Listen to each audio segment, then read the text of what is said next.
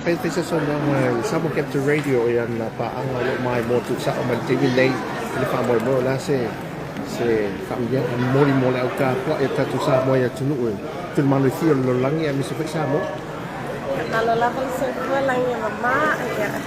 tak salah pasal pak yang mandu saya satu sini kalau mau lepas deh cakap salam ini celah saya, ya lepas macam lu ipan wa, ya malang apa ini awal cuai fiti awal saya ni masih salam Pasifika, ya dia na saluan pun ya so ya win na le salam pak oleh pak mo na kaya oleh si awalay pala wiloa tsaisan pala wiloa ya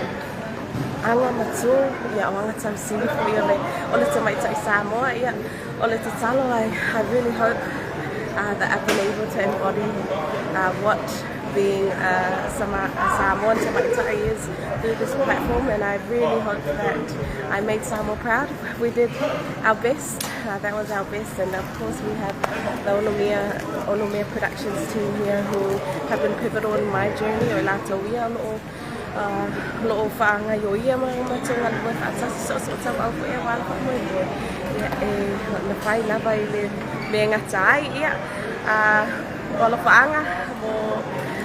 Samoa malava chai mo cha ko inga chai mo cha sanga mo ia sa ola wala upala tsu le silit chai nei lo cha ko ia ole wa cha no man ia mai la fa no Samoa ele se fala bela pelo fa ko le nai yo inga la fa ele tsu e fala so pa tsanga leas ile nei tsu la